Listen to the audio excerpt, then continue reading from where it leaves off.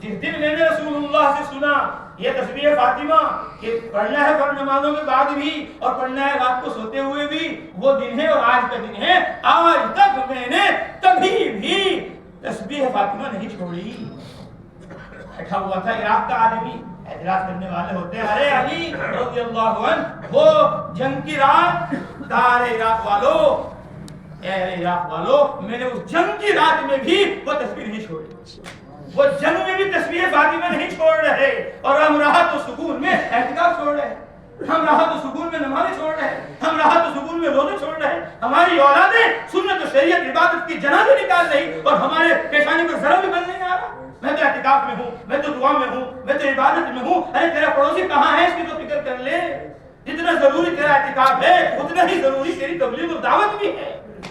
گردنیں نپ جائیں گی قیامت میں میدان حشر میں اگر اپنی عبادت پر جم گئے اور دوسروں کی فکر نہ کی، نجات نہیں ملے گی۔ والعصر ان الانسان لفی خسر الا الذین آمنوا وعملوا الصالحات وتواصوا بالحق وتواصوا بالصبر۔ قسم ہے زمانے کی، پوری انسانیت خسارے میں ہے سوائے ایمان والوں کے، سوائے عمل والوں کے، سوائے ایمان و عمل کی تبلیغ والوں کے۔ جو ایمان کی دعوت دیں گے، جو عمل کی دعوت دیں گے، جو ایمان و عمل پر جمیں گے، وہی نجات پائیں گے۔ بغیر تبلیغ کی نجات نہیں ہوگی، بغیر دعوت کی نجات نہیں ملے گی۔ واجب ہے۔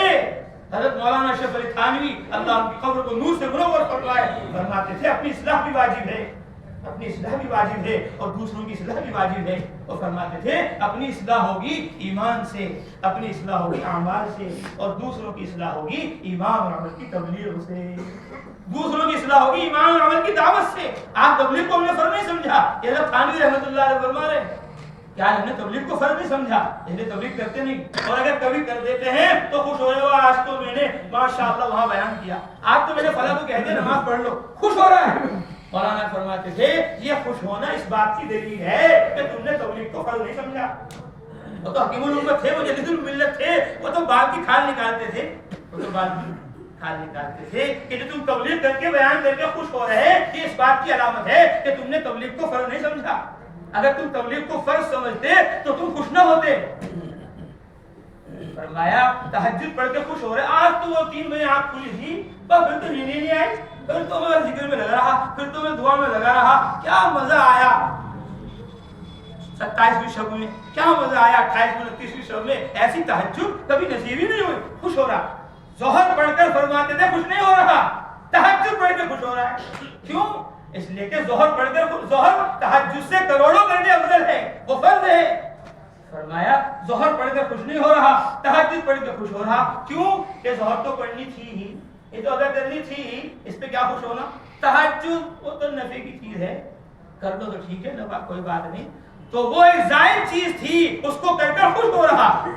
تہجد پڑھ کر خوش ہو رہا، ظہر پڑھ کے خوش نہیں ہو رہا۔ کیوں؟ کیونکہ ظہر کو تو ذمہ سمجھ رہا ہے تو کرنی ہے، تہجد پڑھ کے خوش ہو رہا کہ یہ ذمہ تھی نہیں، ایک زائد کام کر لیا، ایسی تبلیغ کر کے خوش ہو رہا ہے، چلتے پھراتے کسی کو کہہ دیا خوش ہو رہا۔ فرمایا خوش ہونا اس بات کی علامت ہے تم نے تبلیغ کو فرض نہیں سمجھا۔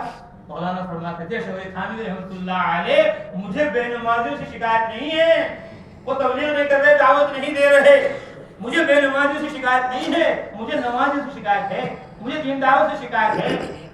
یہ مولانا اشرف علی تھانوی رحمۃ اللہ علیہ فرما رہے کہ مجھے دینداروں سے شکایت ہے، بے دینوں سے نہیں۔ ان سے کیا شکایت جو نماز نہیں پڑھتے، تبلیغ نہیں کر رہے، ان سے کیا شکایت جو اعتکاف نہیں کرتے، ان سے کیا شکایت جو روزہ نہیں رکھتے۔ فرماتے تھے مجھے شکایت بے نمازیوں سے نہیں ہے کہ وہ تبلیغ نہیں کر رہے، مجھے شکایت نمازیوں سے ہے، دینداروں سے ہے، جتنا ضروری دین کو سمجھتے ہیں، نماز کو سمجھتے ہیں۔ پہلی رکعت چھوٹ جائے افسوس ہو رہا ہے، تکبیر اللہ چھوٹ جائے احساس ہو رہا ہے، لیکن تبلیغ چھوٹ گئی، دعوت چھوٹ گئی، کوئی احساس نہیں۔ جتنا ضروری تم نے نماز کو سمجھا ہے اتنا ضروری تم نے نماز کی تبلیغ کو کیوں نہیں سمجھا؟ فرماتے تھے ہم سوچتے ہیں نماز روزہ اللہ کا حکم ہے اور تبلیغ یہ اللہ کا حکم نہیں ہے۔ اللہ جزائے خیر دے، قبر کو نور سے منور فرمائے۔ حضرت مولانا الیاس صاحب رحمۃ اللہ علیہ کی جو برسوں یہاں سہارنپور میں رہے، 10 سال گنگوہ میں رہے، پڑھنے پڑھانے میں، علم میں، ذکر میں ساری زندگی لگا دی، علم میں ساری زندگی لگا دی، ذکر میں ساری زندگی لگا دی۔ اللہ قبر کو نور سے منور فرمائے۔ حضرت شیخ الحدیث شیخ زکریا رحمۃ اللہ علیہ کی فرماتے تھے مدرسے والوں اگر مدرسے کو بچانا ہے تو ذکر کا حلقہ قائم کرو، مکتب والوں مکتب کو اگر بچانا ہے تو خانقاہ قائم کرو، تمہارا مدرسہ اور تمہاری خانقاہ محفوظ نہیں رہ سکتے جب تک کہ تم وہاں خانقاہ قائم نہ کرو. تمہارا مکتب تمہارا مدرسہ باقی نہیں رہے گا. بڑے بڑے علماء کو دور کے محققین کو خانقاہ قائم کرو. کہ یہاں تو قال اللہ قال رسول ہو رہا ہے, یہاں کیا ضرورت ہے لا الہ الا اللہ کی ضربے لگانے کی. پھر خط لکھا, یہاں تک کہ انہوں نے کہا کہ جی ہم اپنے مدرسے میں خانقاہ قائم کریں گے. جب تک خانقاہ مدرسے میں نہیں ہوگی, ذکر الہی نہیں ہوگا, اس وقت تک کے مدرسہ مسجد محفوظ نہیں رہیں گے. یہاں اللہ کے ذکر کی مجلسیں قائم کرو, یہ اللہ کے عذاب سے بچانے والا ہے. ما عمل آدمی عملا انجا له من العذاب من ذکر اللہ. آدمی کا کوئی عمل ذکر اللہ سے بڑھ کر نہیں ہے جو اس کو اللہ کے عذاب سے نجات دے. یہ اللہ ہی کا تو عذاب ہے کہ مسجدوں پر قبضے ہو رہے ہیں, مدرسوں پر قبضے ہو رہے ہیں, قبرستانوں پر قبضے ہو رہے ہیں, اوقاف پر ظالم کی نگاہ پڑ رہی ہے. وہ اسی لیے پڑ رہی ہے کہ تم نے مدرسوں کو اور تم نے مسجدوں کو اور تم نے قبرستانوں کو ذکر سے آواز نہیں کیا. اگر تم قبرستان جاتے رہتے, اوقاف میں جو خدا کا حکم ہے اس کو پورا کرتے رہتے, تو پھر کیا ہوتا کہ پھر اللہ کی رحمتیں, مددیں جہنم کے عذاب سے جو بچانے والی ہے ان ظالموں, ان حکمرانوں اور ان نافرمانوں سے کیسے نہیں بچائے. اللہ کی مددیں, نصرتیں ذکر سے قائم ہوگی.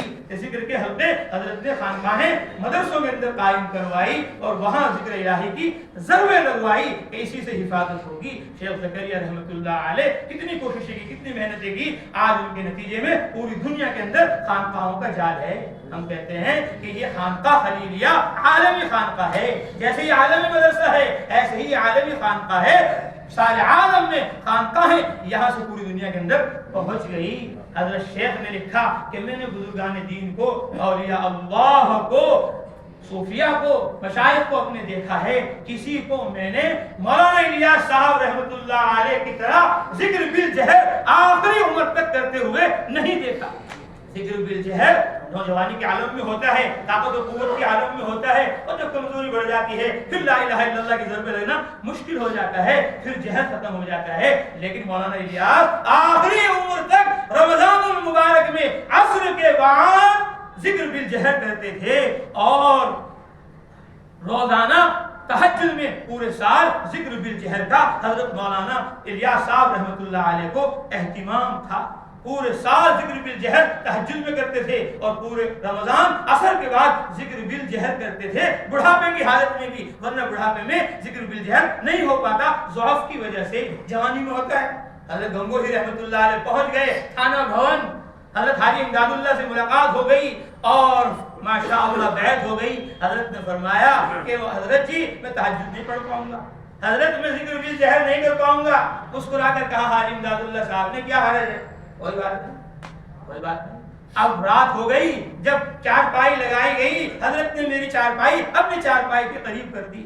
اب جب حضرت اٹھے, مریدین سالکین خانقاہ میں آنے والے کھڑے ہوئے تہجد کے لیے اور ذکر بالجہر کے لیے, کونوں سے آوازیں آنے لگی کہ رشید احمد گنگوہی کو بھی شرم آئی کہ تو یہاں پڑا ہوا ہے اور یہ اللہ کے ذکر میں مشغول ہیں. میں اٹھا تہجد پڑھی اور ایک کونے میں بیٹھ کر لا الہ الا اللہ کی وہ ضربے لگائی. صبح حضرت سے ملا, حضرت نے فرمایا میاں رشید تم نے تو ایسی شاندار زوردار ضربے لگائی لا الہ الا اللہ کی جیسے کوئی پرانا مشاق ہو, پرانا خانقاہ کا آدمی ہو. تم تو کہہ رہے تھے ذکر بالجہر نہیں کروں گا, اور ایسا ذکر بالجہر کیا, بڑے بڑے خانقاہ والوں کو پیچھے چھوڑ دیا.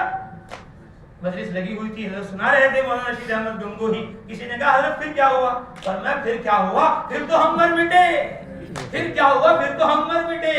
وہ دن ہے اور آج کا دن ہے افقہ من الشامی, مولانا رشید احمد گنگوہی رحمۃ اللہ علیہ, جو علامہ شامی جن کے فتوے ساری دنیا میں فقہ احناف کے ذریعے دیے جا رہے ہیں, ان سے بڑے فقیہ تھے. فرماتے تھے وہ دن ہے اور آج کا دن ہے, آج تک ہمیں کبھی اشکال نہیں ہوا کہ ذکر بالجہر یہ تو بدعت ہے. بدعت نہیں ہے, یہ بدعت کو ختم کرنے والی ہے, یہ اللہ سے ملانے والی ہے. اکثروا ذکر اللہ حتی یقولوا مجنون, اللہ کا ذکر کرو کہ لوگ تمہیں مجنون کہیں. چھپکے سے بیٹھ کر کر لیا تو کون مجنون کہے گا, ارے زور زور سے کہو گے تبھی تو دیوانے کہلاؤ گے. کہ یہ دیوانے رب کے جو پکار رہے ہیں خدا کو, اللہ تبارک و تعالیٰ کو, کہ پھر تو ہم ذکر پر مر مٹے. فرمایا ایک دن مولانا الیاس صاحب اور مولانا یحییٰ گنگوہ میں تھے، آخر عمر میں حضرت نابینا ہو چکے تھے رشید احمد گنگوہی۔ فرمایا ارے بھائی کوئی ہے، ارے بھائی کوئی ہے؟ کہا جی میں ہوں یحییٰ اور میرا بھائی الیاس۔ مولانا رشید احمد گنگوہی رحمۃ اللہ علیہ نے فرمایا بھائی اللہ کا ذکر چاہے جتنی غفلت سے لیا جائے، اس کا نام چاہے جتنی غفلت سے لیا جائے اثر کیے بغیر رہتا نہیں۔ اللہ کا نام چاہے جتنی بھی غفلت سے لیا جائے وہ اثر کیے بغیر رہتا نہیں۔ یہ بات کہی حضرت اندر چلے گئے۔ ہم نے پڑھا سر سقطی رحمت اللہ علیہ جا رہے تھے، ایک شرابی شراب کے نشے میں پڑا ہوا ہے اور اللہ اللہ کہہ رہا ہے۔ ہائے شرابی اللہ اللہ کہہ رہا ہے اور آج نمازی کہہ رہا ہے اللہ اللہ کہنا بدعت ہے، اللہ اللہ کہنا بدعت ہے۔ شرابی ہو ناپاک شرابی اس منہ سے اللہ کا نام لے رہا ہے۔ سر سقطی گئے اور جا کر اس کا منہ دھو دیا، اس کا منہ دھو کر آ گئے، اس کا منہ دھو کر آ گئے۔ اس کو ہوش آیا، لوگوں نے کہا ارے ولی وقت گزرا تھا اور یوں کہہ کر گیا ناپاک منہ سے اللہ کا ذکر کر رہا ہے۔ اوفو اللہ والوں کو پتہ چل گیا میں شرابی ہوں۔ کھڑا ہو گیا، توبہ کر لی، اللہ کی طرف متوجہ ہو گیا۔ ادھر سری سقطی رحمہ اللہ تو ندا آ رہی ہے، خواب میں کہا جا رہا ہے سری تیرے بس میں جو تھا وہ تو نے کر لیا، ہمارا جو کام تھا وہ ہم نے کر دیا۔ تیرے بس میں اس کا منہ دھونا تھا، تو نے منہ دھو دیا، ہم نے اس کے دل کو دھو دیا، ہم نے اس کے دل کو دھو دیا۔ گئے مسجد میں، جا کر دیکھا وہ شرابی جو پڑا ہوا تھا نشے میں آج اللہ کے سامنے کھڑا ہوا ہے، گڑ گڑا رہا ہے۔